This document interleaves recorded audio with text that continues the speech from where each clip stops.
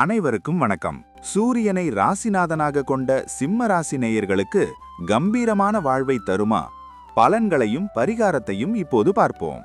சிம்ம ராசி நேயர்களே, இந்த ஆண்டு குரு பகவான் உங்கள் ராசிக்கு 5ஆம் இடத்தில் அமர்ந்து உங்கள் ராசியையே பார்ப்பதால் உங்களுக்கு ராஜயோகம் ஆரம்பமாகிறது.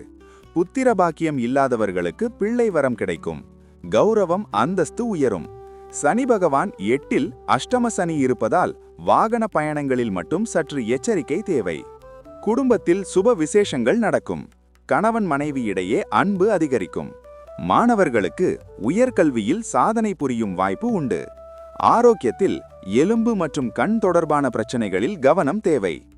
சிம்ம ராசி நேயர்கள் இந்த ஆண்டு முழுவதும் நற்பலன்களை பெற ஞாயிற்றுக்கிழமைகளில் சூரிய பகவானுக்கு ஆதித்ய ஹிருதயம் பாராயணம் செய்யுங்கள். கோதுமை தானம் செய்வது சிறந்தது. இது உங்கள் தன்னம்பிக்கையை உயர்த்தும். சிம்ம ராசி பலன்களை பார்த்தோம். அடுத்து கன்னிராசி நேயர்களுக்கு இந்த ஆண்டு மாற்றங்கள் முன்னேற்றத்தை தருமா? கன்னிராசி பலன்களை தெரிந்து கொள்ள மறக்காமல் நமது சேனலை சப்ஸ்கிரைப் செய்து கொள்ளுங்கள். அடுத்த வீடியோவில் சந்திப்போம்.